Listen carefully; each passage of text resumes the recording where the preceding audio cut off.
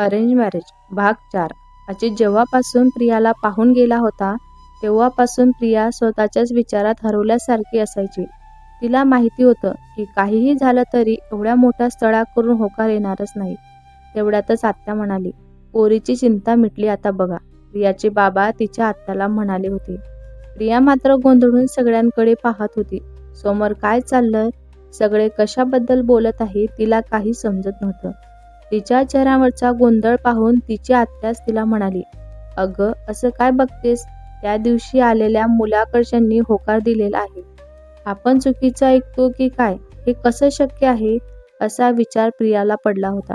तरीही खात्री करण्यासाठी तिने तिच्या आत्याला विचारले. प्रिया म्हणाली, कोण ते त्या दिवशी आलेले? का बरं? ते दामोदर आडनाव आठवण्याचं नाटक करत प्रिया म्हणाली होती.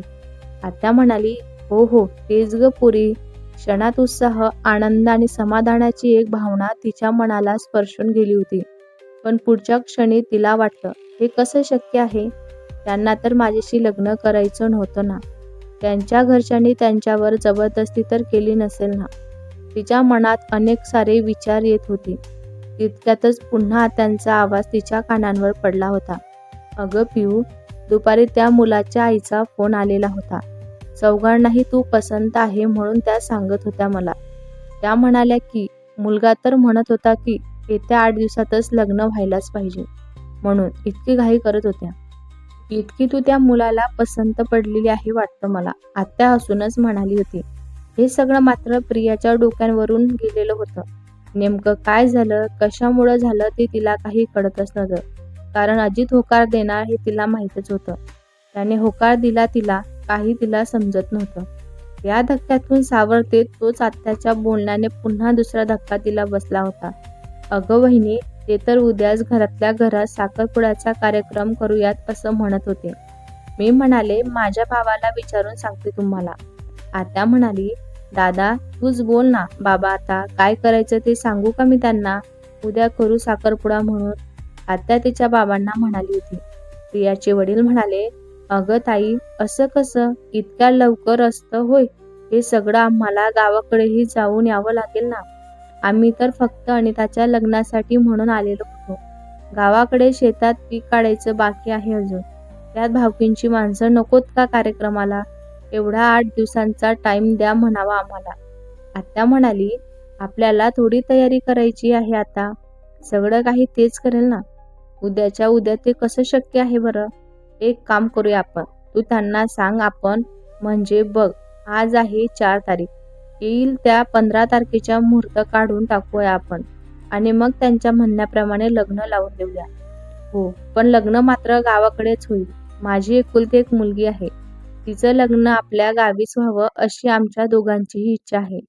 सर्वांच्या मते 15 तारीख त्यांनी फिक्स केलेली होती आणि असाच निरोप अजितच्या घरच्यांना देण्याचा त्यांनी ठरवलं होतं. त्याप्रमाणे आत्यानेही त्यांना निरोप दिला. अजितकडच्यांना सुद्धा ते मान्य झालेलेच होते. तसा निरोप त्यांनी तिकडं दिला होता. प्रिया मात्र सुन्न झालेली होती. तिला काही कळत नव्हतं हे सगळं ऐकून. पण काय विचारावं, कुणाला कसं विचारावं, तिला काही सुचत नव्हते. तो लग्नाला कसा तयार झाला हा एकच प्रश्न तिला सतावत होता. पण विचारणार तरी कुणाला ना, म्हणून ती गप्प राहिली. असे 6-7 दिवस निघून गेले होते. या दिवसात तिला अजित एकदाही दिसला नाही किंवा भेटला नाही. संध्याकाळी हॉस्पिटलहून आल्यानंतर ती जेवत असताना तिच्या बाबांचा तिला फोन आला होता. ठरल्याप्रमाणे 4-5 दिवसात लग्न होत आहे. बाबांनी लग्नासाठी तिला गावाकडे बोलून घेतलेलं होतं आणि प्रिया निघाली तिच्या गावी जायला. सोबत आत्याही होती तिच्यासोबत. सगळे अजितच्या घरी सुद्धा लग्नाची तयारी जोरात सुरू झालेली होती.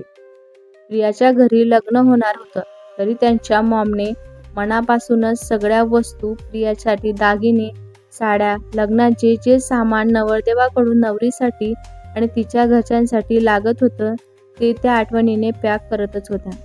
जरी लग्न साध्या पद्धतीने होणार असलं तरी लग्नात मात्र काहीही कमी पडू नये असं त्यांना वाटतच होतं. दामोदर फॅमिली सगळं आवरून लग्नाला निघालेलीच होती. सोबत अगदी मोजकेच पाहुणे होते आणि अजितने राकेशलाही लग्नासाठी सांगितलेलंच होतं. शेवटी तो त्याचा बेस्ट फ्रेंड होता म्हणा.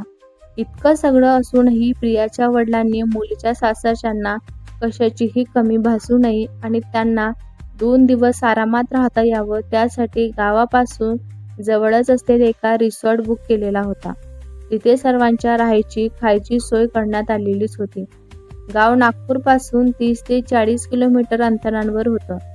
सगळीकडून डोंगराळी वेढलेल्या आणि मध्यभागी एक छोटंसं 300 ते 400 घरांची वस्ती असलेलं ते सुंदर असं एक खेडेगाव होतं. त्या दिवशी सगळ्या दामोदर फॅमिलीला रिसॉर्टवर पोचल्यावर उशीर झालेलाच होता. प्रवासामुळं सगळे खूप दमलेले होते.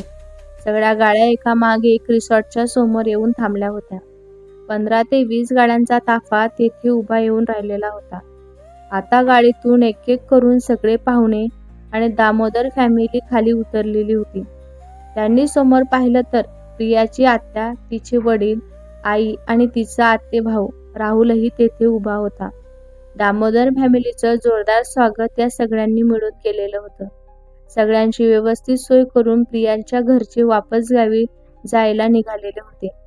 दुसऱ्या दिवशी सकाळी अजित आणि राकेश मॉर्निंग वॉकसाठी म्हणून रिसॉर्टच्या बाहेर पडलेले होते. त्यांच्या मागे बॉडीगार्डही आलेलेच होते. थोडं वॉकिंग केल्यानंतर एका उंच टेकडीवरती दोघेही पोहोचलेले होते. तिथून त्यांनी खाली पाहिलं आणि त्यांच्या नजरेस पडलं एक सुंदर आणि मनमोहक असं गाव. ते गाव पाहून अजितच्या ओठातून आपोआप "वाव, इट्स सो ब्युटिफुल! किती सुंदर गाव आहे ना हे!" असे उद्गार त्याच्या तोंडातून निघाले होते. राकेश म्हणाला, "हो यार, किती सुंदर गाव आहे ना ते!" तितक्यातच जवळून एक म्हातारा माणूस हातात दुधाची कॅन घेऊन जात होता. त्याला पाहून तो म्हणाला, "अहो आजोबा, ते कोणतं गाव आहे?" आजोबा म्हणाले, "ते होय, सावडी म्हणतात त्याला." पोरांनो, एवढं बोलून ते आजोबा तिथून निघून गेले. राकेश म्हणाला, "वाव यार, तुझी सासरवाडी तर एकदम मस्त आहे. दरवर्षी महिन्याभर सुट्ट्या येऊन तू तुझ्या सासरवाडीत राहू शकतोस, एन्जॉय करू शकतोस. म्हणजे वर्षभर काम करण्यासाठी एनर्जी मिळेल तुला." तसं अजितने त्याला घुरून बघितलं होतं. थोड्या वेळाने सर्वजण प्रियाच्या घरी निघाले होते. पुन्हा अजितच्या गाड्यांचा ताफा प्रियाच्या घराकडे निघालेलाच होता. इकडं प्रिया ही तिच्या विचारातच आवरत होती. अगदी काही वेळातच अजितच्या गाड्यांचा ताफा प्रियांच्या घरासमोर येऊन उभा राहिलेला होता. सर्व पाहुणे रावळे एक-एक करून गाडीतून खाली उतरू लागलेली होती. प्रियाच्या घरासमोर मात्र भरपूर वर्दळ होती. गावातील सर्व मंडळी मदतीसाठी म्हणून आलेले होते. दारात सुंदर असा मंडप सजवलेला होता. खूप छान डेकोरेशन केलेलं होतं. त्यांच्यासोबतच घरच्या उजव्या बाजूला हळदीचा मंडप सजवलेला होता. तिथं पण खूप छान पद्धतीचं डेकोरेशन त्यांनी करून घेतलेलं होतं. तितक्यातच प्रियाची चुलत बहीण ओरडली, "काकू, पाहुणे आलेत ग." आणि ती सर्वांना सांगत आतमध्ये पळाली होती. शोभा म्हणाली, "अगं बाई, हो का, आले का पाहुणे?" प्रियाची आई म्हणाल्या. आता मात्र सर्वांचा एकच गोंधळ उडालेला होता. गावातील काही पुरुष मंडळी आणि प्रियाचे वडील पाहुण्यांच्या बसण्याची व्यवस्था करत होते. रीतीप्रमाणे व्याहींची भेट सुद्धा झाली. त्यांचा मानपान झाला. थोड्या वेळात नाश्त्यांची सोय सुद्धा झाली होती. चहा वगैरे त्यांना देण्यात आला.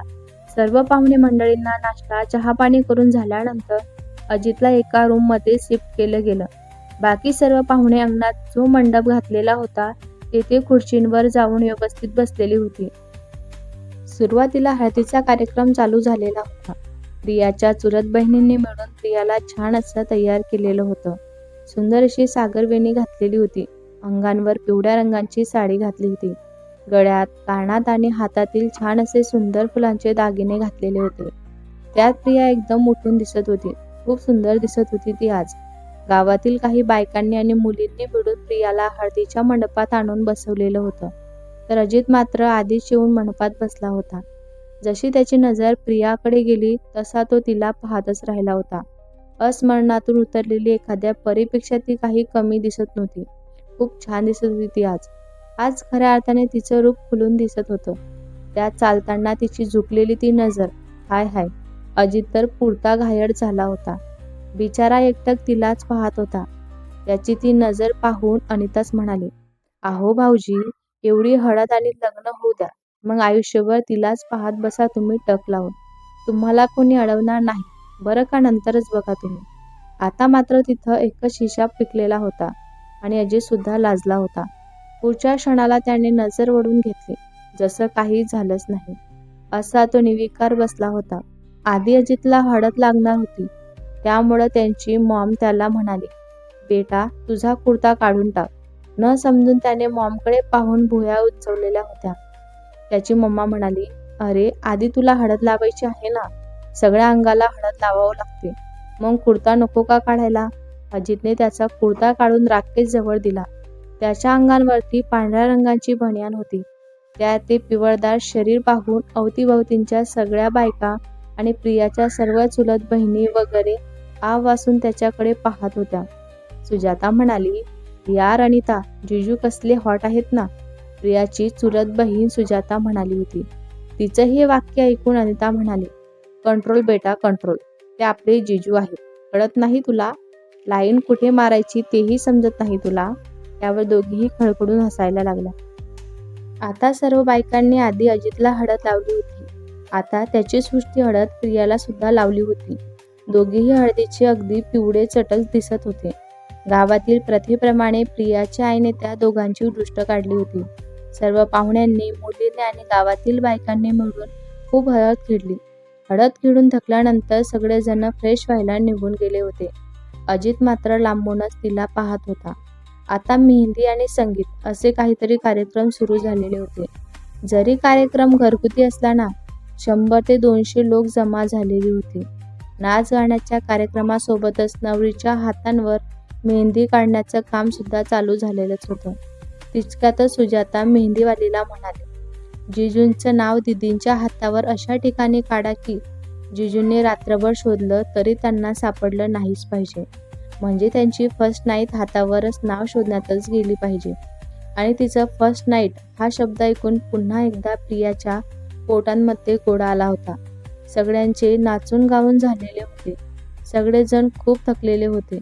संध्याकाळीही बरीच तयारी बाकी राहिलेली होती. आता मात्र सगळ्यांना भूक लागलेली होती. जेवण करून सगळेजण आपापल्या खोलीमध्ये झोपायला निघून गेले. हळदीचा दिवस संपला होता. दुसऱ्या दिवशी लग्नाचा दिवस होता. दुसऱ्या दिवशी पहाटे 3:30-4 वाजता वाजलेले असतील. प्रियाची आई मात्र जागीच होती. शेवटी आई होती ती. मुलीच्या लग्नाची व्यवस्था नीट व्हायलाच हवी असं त्यांना वाटत होतं. म्हणून सर्व काही जातीने आठवून त्या सगळं काही करत होत्या. त्यांनी प्रियाची बॅग भरायला घेतली. तिच्या सासरी तिच्यासोबत काय काय सामान जायचं आहे हे त्या ठरवतच होत्या. तिथे तिला काय हवं नको ते आठवणीने बॅगेत भरत होत्या. झोपली नाहीस तू अजून? साहेबराव तिथे येत म्हणाले होते. शोभा म्हणाली, नाही अजून झोप कुठे येते मला. आपली प्रिया एवढी मोठी झाली कळालं सुद्धा नाही मला. आता सगळं लग्न झाल्यानंतर ती तिच्या सासरी नांदायला जाईल. खरंच माझं बाळ पाहता पाहता किती लवकर मोठं झालं मला काही समजलंच नाही. एक ना एक दिवस मुलीच्या जातीला परक्यांच्या घरी जावंच लागतं, अशी रीतच आहे. असं म्हणत रडणाऱ्या शोभाला साहेबरावांनी मिठीत घेतलं. शोभा म्हणाली, अहो माझं लेकरू तेथे सुखी राहील का, आनंदात राहील का? प्रिया म्हणाली, मला नाही करायचं लग्न. तुम्हा दोघांना सोडून मी कुठेही जाणार नाही. असं म्हणत प्रिया त्यांच्या रूममध्ये आली होती. तिला पाहून त्या दोघांना भरून आलेलं होतं. दोघांनीही तिला मिठी मारली. शोभा म्हणाली, असं कसं बेटा, मुलीला एक ना एक दिवस तिच्या घरी जावंच लागतं, हा जगाचा नियम आहे. प्रिया म्हणाली, तुम्ही दोघं रडल्यावर मी कसं जाणार, माझं तरी मन होईल का जायला? शोभा म्हणाली, चला चला, जास्त इमोशनल होत बसू नका, चला सगळेजण झोपायला. एक रात्रभर जरी झोपली ना तरी बरं वाटेल आपल्याला. असं म्हणत शोभा झोपायला रूममध्ये निघून गेला. सोबत साहेबरा आणि प्रियाही निघून गेल्या. दुसऱ्या दिवशी सकाळी लग्नाच्या विधींना सुरुवात झालेलीच होती. दारात छान मांडव सजलेला होता. पै पाहुण्यांची अंगणात गजबज चाललेली होती. बाहेर वाजंत्री उभी होती. सर्वजण नटून थटून अगदी थाटात लग्नासाठी तयार झालेले होते. तितक्यातच नवरदेव येताना लोकांना दिसला होता. एवढी सुटाबुटात असणारा अजित आज त्याने मोती कलरची शेरवानी घातलेली होती. पायात ब्राऊन कलरची जुती घातली होती. कपाळांवर वासिंग आणि मंडळांच्या सजलेला होता तो. खूप सुंदर दिसत होता तो आज. डोक्याला छान फेटा बांधलेला होता आणि हातात लिंबू लावल्यांची कटार होती. एकदम राजबिडा दिसत होता तो. तो सर्वजण नवरदेवाला पाहण्यात गुंग झालेले होते. तितक्यातच घराच्या अंगणातून नवरी चालत येताना सर्वांना दिसली होती. तशा सर्वांच्या नजरा आपोआप नवरीकडे वळाल्या होत्या. आंबा कलरची गुलाबी काठ असलेली पैठणी तिने घातली होती.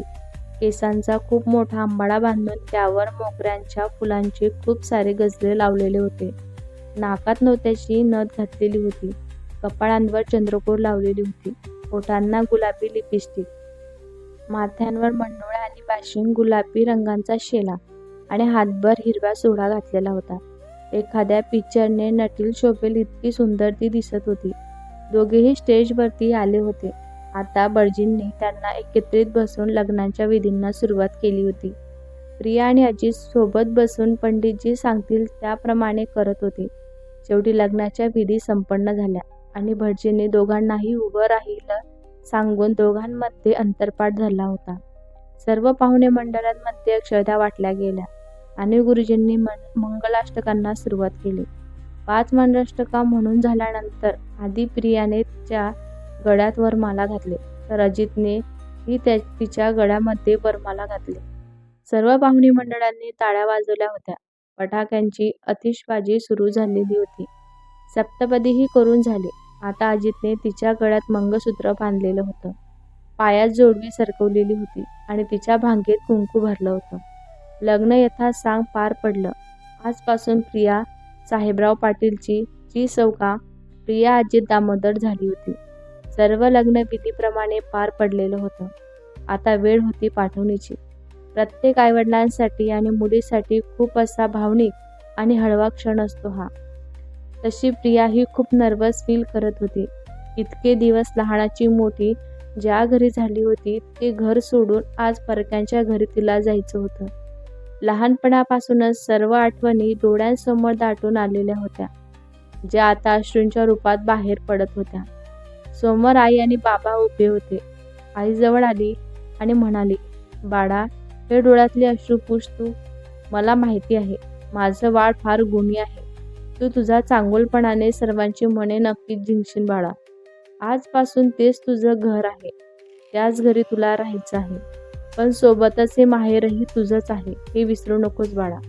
आता बाबा पुढे आले आणि बाबांना पाहून तिला हुंदका अनावर झाला होता. कंठ सारखा दाटून येत होता. ती बिचारी कुंदून कुंदून रडू लागली होती. बाबांनी तिला प्रेमाने कुरवाडले आणि डोळ्यांनीच गाडीत बस असा इशारा केला होता. आता साहेबराव गणेशरावांचा हात जोडले आणि म्हणाले, माझं लेकरू फार गुणाचं आहे. तिचं काही चुकलं तर तिला समजून सांगा. अजून लहान आहे ती. त्याचे हात हातात घेऊन गणेशराव म्हणाले होते, असं काय म्हणताय? आज सून नाही तर मुलगी घेऊन चाललो आम्ही. जशी ती या घरी राहत होती ना, तसे ती सुद्धा त्या घरी राहील. काळजी करू नका तुम्ही. आम्ही तिची काळजी घेऊ. येतो आता आम्ही. एवढं बोलून गणेशराव गाडीमध्ये बसले आणि सर्वजण गाडीत बसल्यानंतर गाड्या दिल्लीच्या दिशेने रवाना झाल्या होत्या. शोभा आणि साहेबराव यांच्या डोळ्याचे अश्रू काही थांबता थांबत नव्हते. अरे, लेकीला वाट लावून रडू नये, अक्षुगुण होतो असं म्हणतात ना, प्रियाची आत्या तिच्या वडिलांना म्हणाली होती. तर इकडं गाड्या आत बरेच पुढे आलेल्या होत्या. समोर 2 तर मागे 2 अशा बॉडीगार्डच्या गाड्या सुद्धा होत्या. एका गाडीत गणेश आणि अलका बसलेल्या होत्या. दुसऱ्या गाडीमध्ये राकेश आणि आजोबा बसलेले होते. तर नवरदेव आणि नवरी एका गाडीमध्ये बसलेले होते. गाडीत बसल्यापासून प्रिया मात्र अस्वस्थ होती. कितीही प्रेम करत असली ना, तरी तिने अजितला कधीही इतक्या जवळून अनुभवलेले नव्हते. तो मात्र बिनधास्त हातामध्ये मोबाईल घेऊन त्यावर काहीतरी करत होता. त्याचं तिच्याकडे लक्ष नाही असं तो दाखवतच होता. पण ती गाडीत बसल्यापासून तिचं निरीक्षण करत होता. ती मात्र हाताशी काहीतरी चाळा करत खाली मान घालून बसलेली होती. मधून मधून डोळ्यातले अश्रू पुसत होती. हे घे आणि व्यवस्थित साफ कर. त्याचा मॅग्नेटिक आवाज कानात घुमला होता. पाहिलं तर तो तिलाच बोलत होता आणि हातात टिश्यू पेपर होता, जो तो तिला देत होता. इतका वेळ स्वतःच गुंग असलेली ती त्याच्या आवाजाने भानावर आली होती आणि पटकन त्याच्या हातातून टिश्यू पेपर तिने घेतला व डोळे आणि चेहरा साफ करून घेतला. त्याने मात्र नकारमातिक मान हलवून एक सुस्कारा सोडला. घरी पोचण्याआधीच अलकांनी नोकरांना गृहप्रवेशांची सगळी तयारी करायला सांगितलेलीच होती. त्यामुळे घरी पोचतात अजित आणि प्रिया जसे गाडीतून खाली उतरले तशी आकाशात फटाक्यांची आतिषबाजी सुरू झालेली होती. पूर्ण घर लाइटिंगने उजळून निघालेलं होतं. खूप छान डेकोरेट केलेलं होतं घर. दोघेही जसे घराच्या उंबऱ्यांजवळ आले, बाळांनो थोडा वेळ बाहेरच थांबा, असा आवाज त्यांच्या कानी पडला. दोघांनी पाहिलं तर मॉम दारात आरतीचे ताट घेऊन उभं होत्या. त्यांनी दोघांवरून आधी भाकरचा तुकडा ओवाळून टाकला आणि नंतर त्या दोघांना ओवाळून घेतलं. अलका म्हणाली, बेटा प्रिया, हा जो कलश आहे ना, त्याला पायाने ओलांडून आतमध्ये ये. अजितच्या मॉमचा आवाज तिच्या कानी पडला होता. रात्र बरीच झाल्यामुळं गृहप्रवेश अगदी साधा करून त्यांना आतमध्ये घेण्यात आलेलं होतं. घरात आल्यानंतर प्रियाने सर्वांच्या पाया पडून नमस्कार केला. तिच्यासोबतच अजितनेही सर्वांना नमस्कार केला. एका लेडी सर्वंटने सगळ्यांना पाणी आणून दिले. पाणी घेतल्यानंतर मॉम म्हणाल्या, प्रिया बाळा, ती खालची जी खोली आहे ना, तिथे तुझं सामान ठेवलेलं आहे. पूजा होईपर्यंत तू त्या रूममध्येच राहायचं. जाऊन तू आराम करू शकतेस, कारण आता खूप रात्र झालेली आहे. आणि झोप, सकाळी लवकर उठायचं आहे आपल्याला. उद्या लगेच सत्यनारायणची पूजा सुद्धा आहे. पचूत्तर दाखल नुसती मान हलवून तिने होकार मात्रिक मान हलवली आणि ती त्या रूममध्ये निघून गेली. रूममध्ये येताच तिने दरवाजा आतून लावून घेतला आणि अंगावरचा सगळा साज तिने काढायला सुरुवात केली होती. त्याचाच विचार डोक्यात येत होता. नक्की याच्या मनात काय आहे? त्याच्यावर घरच्यांनी जबरदस्ती तर केली नसेल ना? असे अनेक प्रश्न तिच्या मनामध्ये चाललेले होते. तसं असेल तर आपल्या या नात्याचं काय होईल, हा प्रश्न तिला आता पडलेलाच होता.